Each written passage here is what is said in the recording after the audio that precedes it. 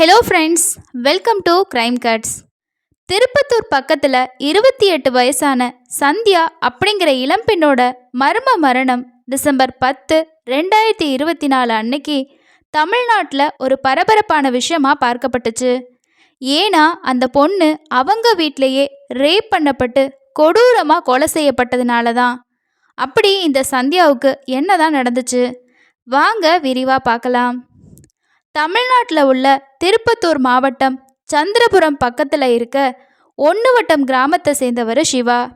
இவர் கட்டிட வேலை பார்த்து தன்னோட ஃபேமிலியை ரன் பண்ணிக்கிட்டு இருந்திருக்காரு. 10 வருஷத்துக்கு முன்னாடி சந்தியா அப்படிங்கிற பொண்ணை அரேஞ்ச் மேரேஜ் பண்ணிக்கிட்டாரு.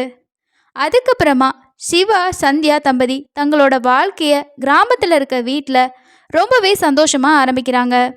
கணவர் டெய்லியும் வேலைக்கு போனதுக்கு அப்புறமா சந்தியா மட்டும்தான் வீட்டில் இருப்பாங்க.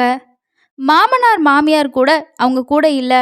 அதனால் கணவரை அனுப்பிட்டு வீட்டு வேலையை மட்டுமே பார்த்துக்கிட்டு ரொம்பவே ஃப்ரீயாக இருந்திருக்காங்க சந்தியா.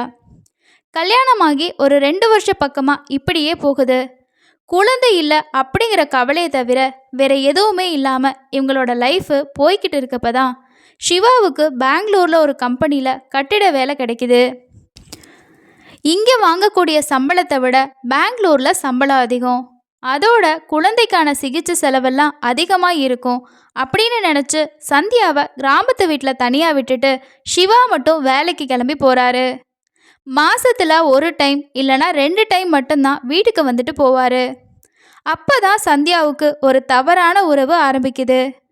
கணவர் இல்லாமல் வீட்டில் தனியாக இருக்கதை யூஸ் பண்ணிக்கிட்டு தன்னோட வீட்டு பக்கத்தில் குடியிருக்க குமரேசன் அப்படிங்கிற பையனோட க்ளோஸாக பழக ஆரம்பிக்கிறாங்க சந்தியா. அந்த பையனும் ஒரு கல்யாணமான பொண்ணு வாண்டடாக நம்மளை தேடி வருது, கிடைக்கிற வரைக்கும் யூஸ் பண்ணிக்க வேண்டியதான்னு நினச்சி அவனும் சந்தியா கூட ரொம்பவே க்ளோஸ் ஆக ஆரம்பிக்கிறான். ஃபஸ்ட்டு 2 பேரும் அடிக்கடி ஃபோனில் பேச ஆரம்பிச்சிருக்காங்க. அதுக்கப்புறமா சந்தியா 2 பேரும் உறவு வச்சுக்கலான்னு சொல்லி அந்த பையனை நைட் டைமில் வீட்டுக்கு கூப்பிட ஆரம்பிச்சிருக்காங்க. அக்கம் பக்கத்தில் யாருமே இல்லாத டைமில் குமரேசன் வந்துட்டு போகிறனால யாருக்குமே இவங்களோட இல்லீகல் ரிலேஷன்ஷிப் பற்றி தெரியவே இல்லை. கணவர் இல்லாதனால 2 பேரும் சத்யாவோட வீட்டில் அடிக்கடி உல்லாசமாக இருந்திருக்காங்க. சிவா வர்ற டைமில் மட்டும் எதுவுமே தெரியாத மாதிரி சந்தியா இருந்திருக்காங்க. சிவா கிளம்பி போனதுக்கப்புறமா இவங்க வேலையை ஸ்டார்ட் பண்ணிடுவாங்க. இப்படியே 7 வருஷமாக தன்னோட கணவருக்கு தெரியாமல் சந்தியா குமரேசன் கூட ரிலேஷன்ஷிப்பில் இருந்திருக்காங்க. குமரேசன் பெருசாக வேலைக்கு போகாமல் ஊர் சுற்றிக்கிட்டு இருந்திருக்காரு. இதை பார்த்த அவங்களோட மாமா அவங்களுக்கு தெரிஞ்சவங்க மூலமாக சிங்கப்பூருக்கு வேலைக்கு ஏற்பாடு பண்ண ஆரம்பிச்சிருக்காரு. இந்த வயசில் சம்பாதிச்சுக்கிட்டு வந்தாதான் லைஃப்பில் ஒரு கல்யாணம் பண்ணி செட்டில் ஆக முடியும்னு குமரேசனோட ஃபேமிலியில் இருக்கக்கூடிய எல்லாருமே சொல்ல ஆரம்பிச்சிருக்காங்க. சந்தியாவை விட்டுட்டு போக மனசில்லாத குமரேசன் எப்படியாவது போகாமல் இருக்கணும் அப்படின்னு சொல்லிட்டு ஏதாவது ஒரு காரணத்தை மட்டுமே சொல்லிக்கிட்டு இருந்திருக்காரு. ஆனால் வேலை கன்ஃபார்ம் ஆகி டிக்கெட்டு விசா எல்லாமே வந்ததுக்கப்புறமா வீட்டில் குமரேசனால் எந்த ஒரு காரணத்தையும் சொல்லி இந்த வேலையை தட்டி கழிக்க முடியல. அதனால் 2021 சிங்கப்பூருக்கு கிளம்பி போகிறாரு குமரேசன். கணவரும் வெளியூரில், இப்போ குமரேசனும் வெளிநாடு போனனால சந்தியா ரொம்பவே ஃபீல் பண்ண ஆரம்பிச்சிருக்காங்க. அதுக்கப்புறமா அடிக்கடி கடைக்கு போகிறப்ப தான் அவங்களுக்கு விக்னேஷ் அப்படிங்கிற பையனோட கான்டாக்ட் கிடைக்குது. தனிமையில் ஃபீல் பண்ண சந்தியா இப்போ விக்னேஷ் கூட ரொம்பவே நெருக்கமாக ஆரம்பிச்சிருக்காங்க.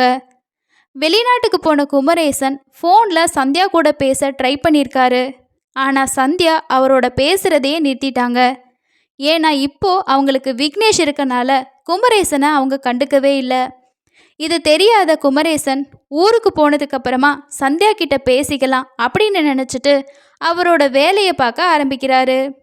இன்னொரு பக்கம் சந்தியா விக்னேஷ் கூட ஃபோனில் பேசுகிறது, வாட்ஸ்அப்பில் வீடியோ கால் பேசுகிறது, தனியாக இருக்கும்போது வீட்டுக்கு வர சொல்லி உல்லாசமாக இருக்குதுன்னு ஒரே ஜாலியாக இருந்திருக்காங்க. இது எதுவுமே கணவரான சிவாவுக்கு தெரியவே இல்லை. மாதம் செலவுக்கு பணத்தை அனுப்பிட்டு இருந்திருக்காரு. இந்த காசை வச்சு விக்னேஷ் கூட பைக்கில் ஊர் சுற்றிட்டு இருந்திருக்காங்க சந்தியா. இந்த தொடர்பு வெளியே பெருசாக யாருக்குமே தெரியாமல் 3 வருஷமாக போயிட்டு இருந்திருக்கு. சரியா டிசம்பர் 11, 2024 அன்னைக்கு சந்தியாவோட வீட்டுக்கு மகளிர் குழுவில் இருந்த சில லேடிஸ் கடன் பணத்தை வாங்குறதுக்காக போயிருக்காங்க. அப்போ வீட்டு கதவு ஓப்பன்லேயே இருந்திருக்கு. இந்த பொண்ணு கதவை திறந்து போட்டுட்டு உள்ளே என்ன செஞ்சிட்டு இருக்கா அப்படின்னு சொல்லிட்டு அந்த லேடிஸ் உள்ளே போயிட்டு பார்த்துருக்காங்க. அங்கே உள்ளே போய் பார்த்த எல்லாருமே பெட்ரூமில் சந்தியாவை பார்த்து ரொம்பவே ஷாக் ஆகி நிற்கிறாங்க. ஏன்னா பெட்டில் சந்தியா அரை நிர்வாணமாக உடம்பு முழுக்க ரத்த காயத்தோட இறந்து கிடந்திருக்காங்க. யாருடா இப்படி தனியாக இருக்க பொண்ணை இந்த மாதிரி செஞ்சுருக்காங்க அப்படின்னு சொல்லி பயந்து போய் போலீஸ்க்கு கால் பண்ணி இந்த கொலை பற்றி இன்ஃபார்ம் பண்ணுறாங்க. இந்த சம்பவம் பற்றி தெரிஞ்சுக்கிட்ட போலீஸ் அந்த ஸ்பாட்டுக்கு உடனே வர்றாங்க. அதுக்கப்புறமா பாடியை அட்டாப்சி பண்ணுறதுக்காக ஜிஹெச்க்கு அனுப்பிட்டு மர்ம மரணம் அப்படின்னு கேஸ் ஃபைல் பண்ணி அவங்களோட விசாரணையை தொடங்குறாங்க. அந்த வீட்டில் சந்தியா மட்டும்தான் இருந்திருக்காங்க. அதனால இந்த கொலை பற்றின விஷயத்த அவங்களோட கணவரான சிவாவுக்கு போலீஸ் கால் பண்ணி இன்ஃபார்ம் பண்ணுறாங்க. அதுக்கு அடுத்தது அக்கம் பக்கம் இருக்கவங்க கிட்ட விசாரிக்க ஆரம்பிக்கிறாங்க. அவங்க சொன்ன விஷயங்கள் எதுவுமே போலீஸ்க்கு போதுமானதாக இருக்கலை. அடுத்ததாக சந்தியாவோட மொபைலை எடுத்து செக் பண்ணுறாங்க. அதில் தான் போலீஸ்க்கு முக்கியமான ஒரு க்ளூவே கிடச்சிருக்கு. சந்தியாவோட நம்பருக்கு அடிக்கடி குறிப்பிட்ட 2 நம்பர்லேருந்து கால் வந்திருக்கு.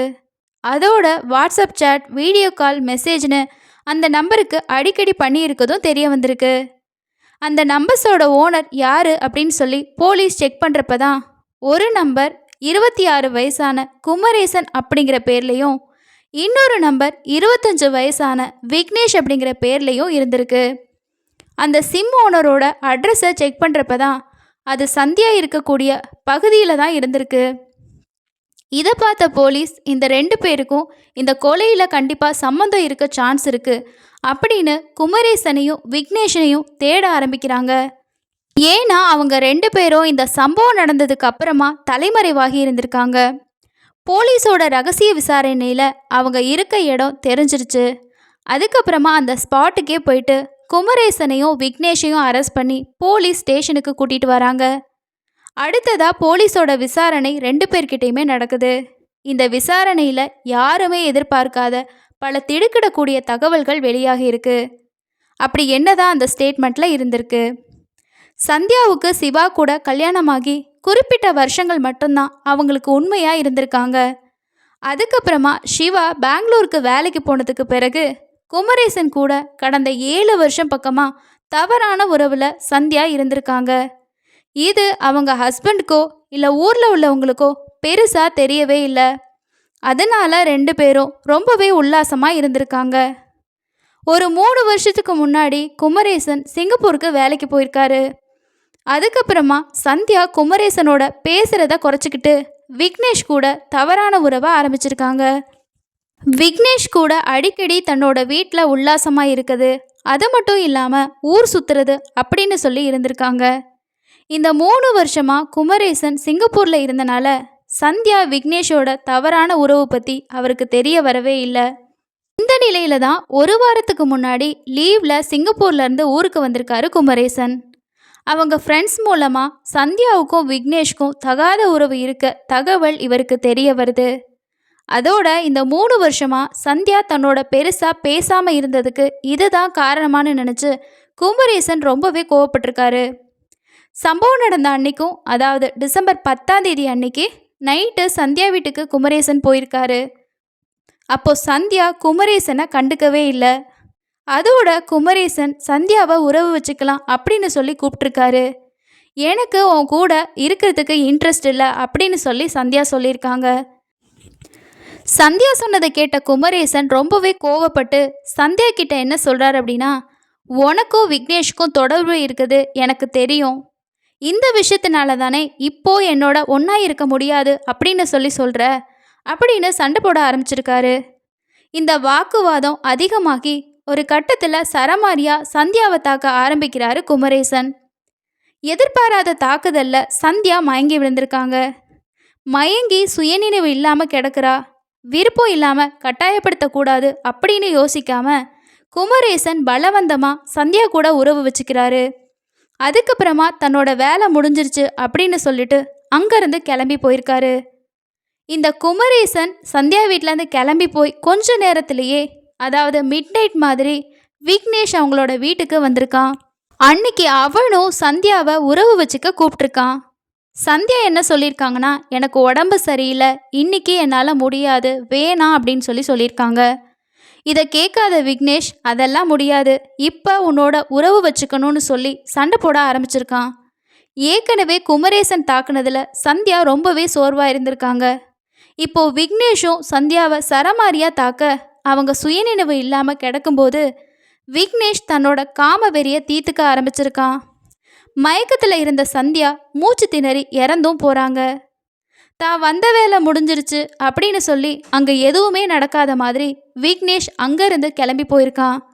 அதுக்கப்புறமா குமரேசன் விக்னேஷ் 2 பேருமே தலைமறைவாகியிருக்காங்க. அட்டாப்சி ரிப்போர்ட்லையும் சந்தியா மாறி மாறி பலாத்காரம் செய்யப்பட்டனால தான் இறந்திருக்காங்க அப்படின்ற விஷயம் தெரிய வந்திருக்கு. சந்தியா மயக்கமாக இருக்கும்போது காட்டு மிராண்டித்தனமாக குமரேசனும் விக்னேஷும் அவங்கள ரேப் பண்ணதுனால தான் மூச்சு திணறல் ஏற்பட்டு அவங்க உயிரிழந்திருக்காங்க அப்படின்னு சொல்லி அட்டாப்சி ரிப்போர்ட் சொல்லியிருக்கு. அதுவும் இல்லாமல் 2 பேரும் அவங்களோட குற்றங்களை ஒத்துக்கிட்டதுனால மேஜிஸ்ட்ரேட் கிட்ட ஆஜர் பண்ணி வேலூர் மத்திய சிறையில் குமரேசனையும் விக்னேஷையும் போலீஸ் அடைக்கிறாங்க. கூடா நட்பு கேடாய் முடியும் அப்படின்னு சொல்லுவாங்க. இங்கே தன்னோட உணர்ச்சிகளை அடக்க முடியாமல் கள்ளக்காதலில் விழுந்த சந்தியா அந்த விஷயத்தாலேயே தன்னோட உயிரையும் விட்டிருக்காங்க. கல்யாணமாகி 10 வருஷமாகி இருந்தாலும் இந்த தம்பதிக்கு குழந்தையே இல்லை.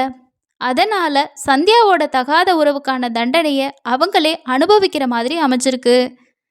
குடும்பத்தில் கிடைக்கிற அன்பை தாண்டி வெளிநபர்கள்கிட்ட கிடைக்கிற அன்பு பார்க்க உண்மையாக தெரியும். ஆனால் போக போக அது ஒரு போலியான சந்தோஷம்னு புரிய வரப்ப அந்த இடத்துல ஒரு கிரைம் நடந்திருக்கும். கல்யாணம் பண்ணுறது ஒரு ஆணும் பெண்ணும் சேர்ந்து வாழ்கிறதுக்காக தான்.